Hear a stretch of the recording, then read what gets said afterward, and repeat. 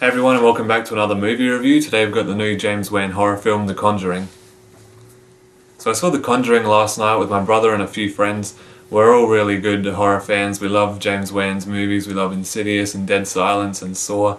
And so we're really looking forward to this one, and we're really looking forward to Insidious 2 coming out later on this year. So The Conjuring is supposedly based on a true story. I'm going to say it's very loosely based on a true story because a lot of the stuff that happens in this movie seems really unrealistic and a lot more dramatized for the film, which is fine, but you know, it's only very loosely based on a true story, I'm guessing. So the film's also based in 1971, so it's kind of cool to have a modern horror film based in, you know, the 1970s, because most horror films these days are just based in modern times, like Insidious and Sinister. They're still really good movies, but it's just good to see different kind of scenery and technology and everything like that looks a lot better and just more unique in this film because it's in a different time period. So the film's based on this family called the Perron family, and they move into this new house, and as it goes with a lot of horror films, the house is haunted. So there's things happening, there's doors creaking, the walls making noises, banging noises, birds are flying into the house, their pet dies, a lot of just random stuff happens at the beginning of the film. So then they call on the help of this family, the Warren family, who's played by Vera Farmiga and Patrick Wilson. And they're kind of paranormal researchers or demonologists, they call themselves in the movie. They just kind of, you know, solve the case, kind of. It might just be a leaking tap or, you know, bad plumbing or something. They get a lot of that in their cases. So they don't go into every case, you know, thinking that the house is haunted. It might just be something wrong with the plumbing or something like that. But when they come into this house, they can immediately tell that there's like a presence of evil there, there's a darkness there. And Vera Farmiga, the one that plays the wife, Lorraine Warren, she kind of has this sixth sense, so she can kind of almost see ghosts or shadows or something, so she kind of picks that up pretty early on. So from then on it's pretty much about trying to figure out how to get these entities or ghosts or demons or whatever it is to leave, or you know, how they can solve the case.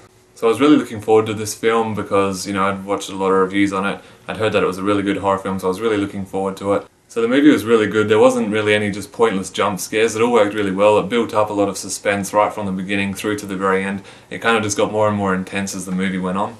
The performances were all really good. Like, I couldn't really think of a bad performance, so that's another great thing about the movie.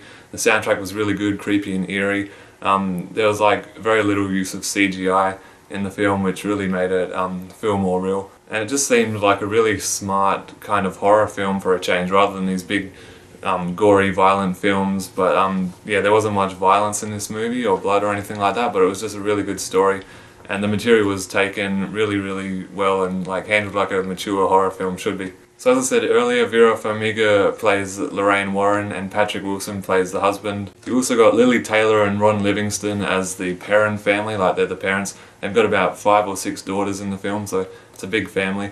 But a lot of the scares in this movie, they're really like intense, and leading up to it you know what to expect, but something kind of different or off tilt might happen a bit that just kind of seems strange and unusual, but it really works to the advantage of the film. I really enjoyed it, and I definitely recommend this movie. If you're a horror fan, go see it. Even if you're not a horror fan, it's not really violent or gory, so you might like it as well. So I'm going to give The Conjuring a solid B because I really enjoyed this film. It's definitely one of the best of its genre to come out in recent years.